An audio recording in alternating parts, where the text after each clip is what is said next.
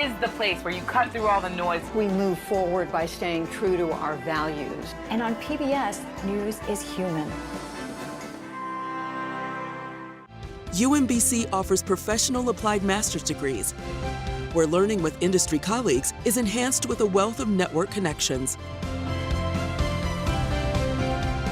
Claim your future. 71 acres in downtown Baltimore devoted to learning, discovery, care, and service. We train the professionals who secure the health, well-being, and just treatment of Maryland citizens. We create the knowledge that cures disease and strengthens communities across the state and around the world. UMB makes the world more just, more enlightened, healthier, and more humane. We are UMB. Salisbury University educates tomorrow's professionals with graduate programs to advance your career. Earn your master's online in business, nursing, or GIS. Study social work online or at Satellites in Hagerstown, Cecil, Southern Maryland, and the Midshore. Learn more at salisbury.edu.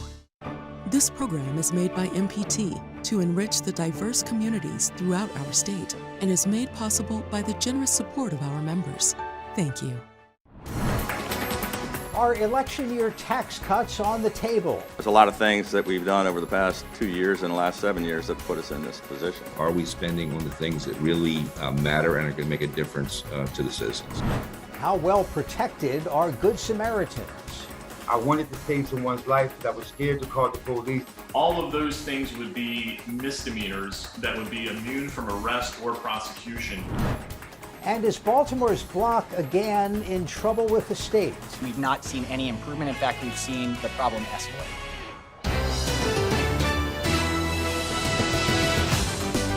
For 40 years, connecting Marylanders to their government, this is State Circle. Good evening. The big story around State Circle this week is big bucks. That's what the state treasury is sitting on. The question is what to do with a multi-billion-dollar surplus. Governor Hogan offered his answer this week, as Charles Robinson reports. Last year, we really reached a historic agreement with the Speaker and the Senate President on not only budget priorities, but also on the largest tax cut in history. So I'm hopeful we're in such much better shape than we were then that we can reach some similar agreements. But this is obviously the start of the process. The governor outlined his priorities in the 2023 budget: a tax cut for retirees, expansion of the Earned Income Child Tax Credit under the Relief Act, raises and bonuses for state employees, and additional funding for police he describes as refund the police. It's all made possible by surpluses to the general fund and the stabilization in the structural deficit. It's a lot of tightening the belt. It's a lot of dramatically increased revenues because of our growing economy, more people working, more businesses open, all of our revenues way up. And certainly it didn't hurt with the federal stimulus that was pumped into the economy and some of the stuff that came in. But it's a lot of things that we've done over the past 2 years and the last 7 years that have put us in this position. What do you like and what causes you to pause? Given the fact, again, that we're in this better financial place, are we spending on the things that really matter and are going to make a difference to the citizens? One of the glaring omissions caught a number of members' attention: the funding of schools in Prince George's County and Baltimore City. He is very good at getting my attention, and he did, with this $99 million missing for Baltimore City schools. He got my attention. The respective legislative committees will get a briefing from the budget secretary and begin the sifting through all of the details next week. In Annapolis, I'm Charles Robinson for State Circle. One reason the state treasury has so much money is gambling revenue. Sue Copen looks at how sports betting is an odds-on favorite to keep growing. Live Casino in Anne Arundel County is one of 5 casinos in the state where you can now place your bet on the team of your choice. And Chris from Dundalk couldn't be happier about it. I'm big sports guy, so I've been doing sports gambling. Before here, I was riding out to Delaware every week, so now it's just closer to home now. Sports betting officially got underway in December. And Rob Norton, president of the Cordish Gaming Group, says it's been going great ever since. One thing that's been very obvious is that each and every week we've had more people come than the week before. And Norton says they may come in to bet on sports, but they're sticking around for more than that. They're playing table games, they're playing slot machines, they're buying a food item off the menu or getting a drink or two as well. So it's actually a pretty small number that are coming in just to transact a sports wagering bet and then leave. The path to sports betting came by way of the legislature and a voter referendum overwhelmingly approved 2 years ago. Montgomery County Senator Craig Zucker sponsored the bill to put sports betting before the voters. Right now, there's a desire for it, and I think that we're delivering. Look, ultimately, the Maryland General Assembly did what we were supposed to do. Marylanders wanted sports betting up and running. We passed legislation immediately, and now we're leaving it up to an independent commission to get those licenses awarded. The first sports bets in Maryland were placed December 10th, and the numbers are in. The total handle for that month, $16.5 million. Winnings paid out to players, over $13 million. The hold, that's the amount less what's paid to players, $3 million. And the sports wagering tax, which is 15% of the licensee's taxable win, that's money going directly to education, $429,000. It's going to help out our children because that's where the revenue is going. And that was the ultimate goal of putting in the legislation, was not only to be competitive with the other states, to make sure that we're adequately funding education. And that's where all the revenue money is going to be going to that the state captures. But the process is far from over. Next up, applications and vetting for retail and mobile licenses. I think the thing we all need to be aware of going forward as we get more and more involved is we may be talking with entities that aren't as familiar with that process. They're not as familiar with the intrusion it takes to do the vetting and the background checks. They may not have the infrastructure in place. And so there a lot of things may have to happen that may further delay the next wave of applicants. And for those who may think the process is going a bit too slow. I know that people at one point had said that compared Maryland as the tortoise and other states as the hare.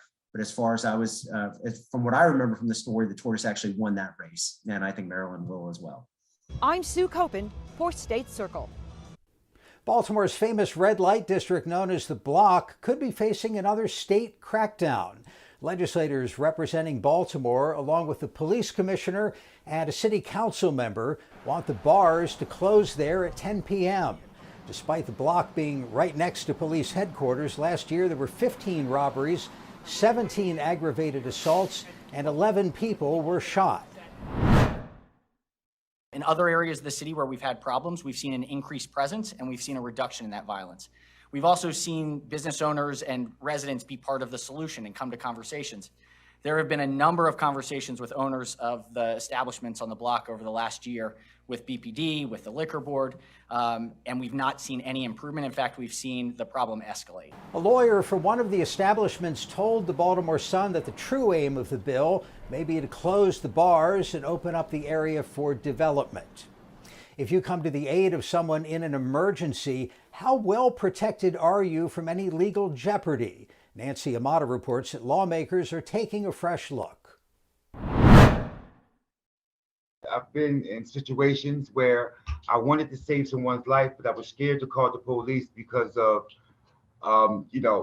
charges that I hadn't cleared up yet.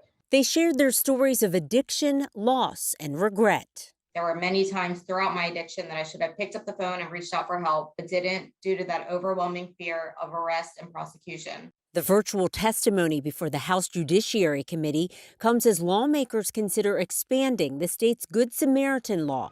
The current law protects people assisting in an emergency, such as an overdose situation, from arrest as well as prosecution for certain crimes like possession of a controlled dangerous substance. While the law is wonderful, it's not working because people are still scared to call because they know that the only offenses that this really pertains to is minor possession or trespass if you're in the wrong place at the wrong time. Delegate John Cardin's bill would expand the immunity from arrest and prosecution to include all misdemeanors, including distribution of narcotics, that might apply to someone who provides drugs to a friend who then overdoses. You should call 911 to save a life, and that's more important, and you will not be prosecuted if the only reason why the police knew about your wrongdoing was because you called to get help for your friend who was overdosing. But opposing the bill is the Maryland State's Attorneys Association. This blanket no misdemeanor is just going to lead to, I think, harmful outcomes for our citizens in general. Legislative Chair Joe Riley is also the Caroline County State's Attorney. Any misdemeanor offense could include second-degree assault as a result of domestic violence, could include DUI, DWI, could include all the way up to visual surveillance with prurient intent, possession of child pornography. All of those things would be misdemeanors that would be immune from arrest or prosecution, and we think that goes way too far on this delicately balanced bill. What everyone can agree on is the drug epidemic, specifically heroin and prescription opioid abuse, has gone from bad to worse over the course of the pandemic. In Maryland, the stats show the largest proportional increase in overdoses happened in Baltimore City and rural counties in Western Maryland and the Eastern Shore. I'm Nancy Yamada for State Circle. Our newsmaker this week is Ted Delbridge, Executive Director of the Maryland Institute for Emergency Medical Services Systems. Doctor, thank you for joining us. What have things been like for the past few weeks in the world of emergency medicine? Well, it's been particularly stressful. As you know, the hospitalizations related to COVID-19 in Maryland have skyrocketed over the past few weeks. Fortunately, over the past several days, they're actually on the decline, which is good. But that stresses out the system from the beginning of a 911 call until somebody is in the emergency department and well taken care of. What's happened most recently is as hospitals have become busier with COVID-19 cases, it squeezes the capacity of our hospitals, especially as the staff people in hospitals are affected by COVID-19 as well. And those cases end up in the emergency department, which makes it more difficult for EMS personnel, EMTs and paramedics, to deliver their patients to hospitals when they need to be there. There's a spreadsheet that's available, publicly on the internet that shows the status of all the hospitals. And looking at it the past couple of weeks, what you see, especially the two metro areas, virtually every hospital's on either yellow alert or red alert or trauma bypass. That's not normal. No, typically a handful of hospitals might be on one of those alerts. And what those are signaling to the EMS system is if you have the potential to take a patient to a different hospital, you might want to consider that because there are going to be delays in providing care if you were to come here. And so what the hospitals are trying to accomplish when they use the yellow or red alert system is to offload themselves a little bit and give themselves time to catch up. But it becomes an impossible circumstance when there's no place that's not on yellow or red alert. The emergency medical services system doesn't have choices to make. They have to go someplace. If you're the paramedic in the field and you look at the thing and everybody's on red alert, then really nobody's on red alert. I mean, what do? You got to take the patient somewhere. You go where the patient will get the best care based on the patient's problem and what you know the capabilities of various hospitals to be. In all cases, the final choice is at the discretion of the EMT or paramedic. Hospitals signal we are super busy, but barring some catastrophic infrastructure failure, they don't have an option to close. Another stress on the system I've been reading about is situations where, especially in large communities, a number of medic units have been out of commission because there weren't EMTs available to staff them because the EMTs themselves were out sick with COVID. How big a problem has that been? Sporadic, I would say. We are fortunate in Maryland especially that the people who run the emergency medical services systems in the various jurisdictions are incredibly dedicated, as are the EMS clinicians, the EMTs and paramedics are incredibly dedicated. And they recognize and they're committed to the idea that if somebody calls 911 with a true emergency, they are committed to getting them the right sort of help right away, as expected. And while we've experienced some delays, mostly due to the capacity of hospitals and the ability to transfer responsibility of care from emergency medical services clinicians to hospital staff, the necessity to make a unit unavailable because of staffing shortages has really been quite limited. You mentioned the hospital counts have been getting better. Has the EMS world been getting better as well in terms of the emergency departments and the system to get people there? We're fortunate in that the EMS system never really got super busy, more than usual. It's busier with sicker people in general. What's made the EMS system the busiest, again, is the inability to make units available once they deliver a patient to a hospital. It's that length of time that it takes to deliver a patient and be ready for the next call is taking longer than usual, which is making them feel busy and making them more challenged to meet the demands of the next call.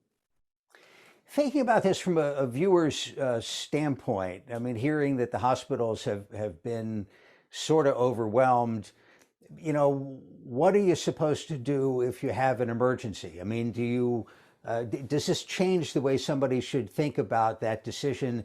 Do I go to urgent care? Do I get myself to a hospital, or do I call 911? Well, the message we want everybody to understand is if you think you have an emergency, if you are concerned for your life, your health, a limb, you have a serious injury or illness, you have chest pain, you're having difficulty breathing, things like that, we want you to engage the EMS system and go to a hospital emergency department. What we learned early on in the COVID-19 pandemic is that people were afraid to go to hospitals, it seemed anyway. The EMS system experienced a measurable uptick in the number of people suffering from cardiac arrest in their homes. And we presume that some of that was because they deferred care. They ignored symptoms and they didn't go to where they should have gone to get the care that they needed before it was too late. So I understand people hear the news, hospitals are busy and they're full of people with an infection, and do I really want to put myself at risk? If you are suffering from a serious problem, you are exactly the person we want to call 911 and exactly the person we want to be in the emergency department, who we hope considers an alternative source of care are people without emergencies of that nature, who maybe have a low-grade fever or are a little bit nauseated or are concerned that they might have COVID-19 and want to know for sure. For those people, seeking care at a primary care physician's office or an urgent care center is exactly appropriate. And in those cases, if the situation turns out to need more urgent attention, they can refer you to the emergency department if need be. Worth reminding everybody that you and your colleagues there, you know, Maryland has, I think, without dispute, the best system in the world for this. Well, since I'm biased, since part of my responsibility is to coordinate and oversee all that, but certainly Marylanders are quite fortunate to have an emergency medical services system that is as organized as Maryland is, that views emergency care from the time, well, really before the time that somebody calls 911 until their care is well within the hospitals. And there is a great deal of coordination between jurisdictions, between the out-of-hospital personnel and hospitals, who all have a stake in the game and take their roles incredibly seriously and are entirely committed.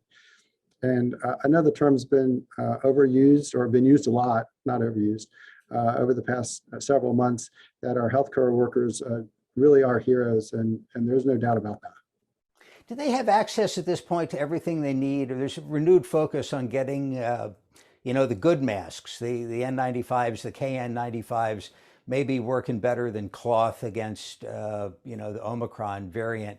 Any issues in terms of emergency medical crews at all levels, volunteer firefighters, right, getting access to that and other PPE stuff? There are two things that we are particularly conscious of at the state level. One is access to personal protective equipment. And we are fortunate, unlike the very beginnings of the COVID-19 pandemic, the supply chain for those things is stable. It is doing okay, and we are able to ensure that EMTs and paramedics, whether they are career firefighter paramedics and EMTs, or whether they are at a volunteer fire station, they have access to those things. And when they feel like they don't, we hear from them and we ensure that they are resupplied quickly.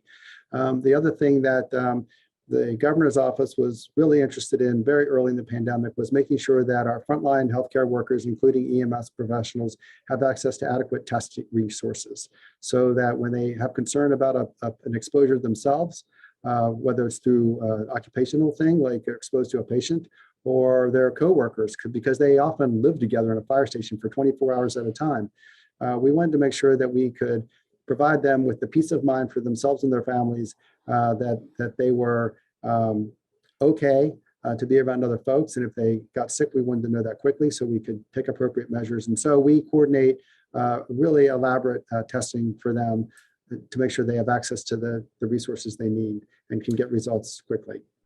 Our thanks to Dr. Delbridge. The number of COVID patients in Maryland hospitals remains very high at 2,746, but that is down from over 3,400 patients about 10 days ago. Now for the political roundtable this week, MPT Sue Copen is joined by Hannah Gaskill of the nonprofit news site MarylandMatters.org.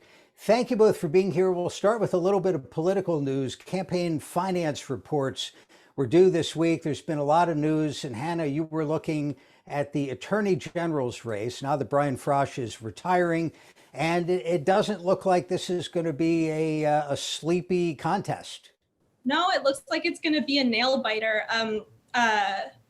Kathleen Curran O'Malley, who joined the race, I believe in November, raised almost as much as Representative or U.S. Congressman Anthony Brown in 2 months, 3 months, and his state fundraising committee has been open for years. So Yes, but he was only running for the Attorney General job fairly recently when Mr. Frosch announced that he wasn't going to run for re-election. The Anthony Brown campaign is interesting because he has federal money because he's been a federal candidate, and it's 7 figures, but he can't touch it for this. Is that right? Right. According to his campaign, he can touch it around the general election, but not until then. Yeah, there's so many active races. We saw several candidates raising multi-million-dollar amounts in the race for governor, good showings for the Democratic candidates for comptroller. And I was thinking about the possibility that in a state that for its top elective offices, Sue, has only had men serving as governor, attorney general, and comptroller, there are credible, well-funded female candidates in all of these races. Well, with Laura Newman's entry into the governor's race last week, and I know you spoke with her, that certainly kind of changes the dynamic a little bit in the governor's race at the top level. But as Hannah had pointed out when we were talking earlier, only Senator Mikulski is the lone woman to have won a statewide contest at this stage of the game. You were both on a briefing call this afternoon on the subject of cybersecurity. What was the issue there? And it's been in the news in the Maryland Health Department in particular. Right. So even before the ransomware attack on the health department, the Maryland Cybersecurity Council formed an ad hoc committee to study state and local and even municipal agencies in their preparedness for a similar attack. So the state chief information security officer, Chip Stewart, sent 89 executive agency surveys. Only 70 responded by the time that the report in question was written. Notably, the State Board of Elections neglected to respond at all. I think that the study says they refused. I was thinking that perhaps it wound up in the spam folder. Maybe. But I mean, the results were incredibly concerning. Over 60% of the surveyed agencies haven't done cybersecurity risk assessments. More than half of them don't have plans for recovery if they undergo an attack. It's dicey. And you have to keep in mind too, as they pointed out in the report, that all the state agencies do their own thing. There's no centralization. So you've got everybody responding, reacting when a crisis arises. And one of the recommendations is that they centralize all of this so they can have it coordinated, number one. And number two is they want to look at it from a statewide perspective as well, where you've got counties and local jurisdictions, many of which don't have the financial wherewithal to address this as well. And so it's really a macro approach. It's broad based on among the nearly 36 recommendations in this report. The health department website and systems are still recovering. I guess you could say they're out of intensive care, but still in the hospital maybe. Right. Well, I will say I've spoken to Senator Katie Fry-Hester, who co-chairs. I'm going to have to check my notes for this. It's the longest committee name I've ever seen in my life. We'll just call it the Long Name Committee. The Cybersecurity Long Name Committee. She did confirm that the Department of Health replied to the Chief Information Security Officer survey. Chip Stewart, who is the Chief Information Security Officer, has the authority to remove any agency from the state's system if they're not meeting the minimum security standards. Both Senator Hester at a joint hearing last week and I followed up with Chip Stewart to see if the Department of Health was in compliance, and he declined to respond either time. Sue, before we go, I wanted to get your impressions of, I have not been to a sports book in Maryland. I wouldn't know what to do if I got there. But when you visited, what did you see? It's a really lovely space, tables and a couple of big bars and lots of huge displays, multiple televisions to cover anything that you could possibly imagine in the sports realm. Again, I've been in a few sports books. I don't really bet sports at all, but they're very similar in that, there's a place to place your bets. Now, of course, you've got the electronic place betting as well for sports. So it's a very wide open space with food and service, and the space that I visited over at Live Casino can fit at least on when non-pandemic, I would presume, about 200 plus. So you're promising us you didn't come home with any bets on football games this weekend. No, I only lose, Jeff. This is not a good thing for me to do. And you're more of a baseball fan anyway, right? For the most part, yeah, you can say that. Very good. MPT Sue Copen. You can read Hannah's work at marylandmatters.org. Thank you both. Have a good weekend. And that is State Circle for this week. Thank you for watching and have a good night.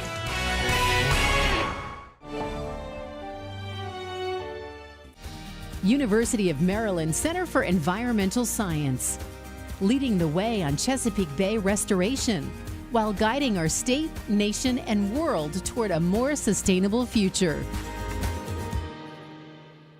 We at Sage Policy Group recognize that this is a challenging period for households and businesses. But Marylanders are intelligent, strong, inventive, and entrepreneurial. Eventually, this economy will bounce back stronger than ever.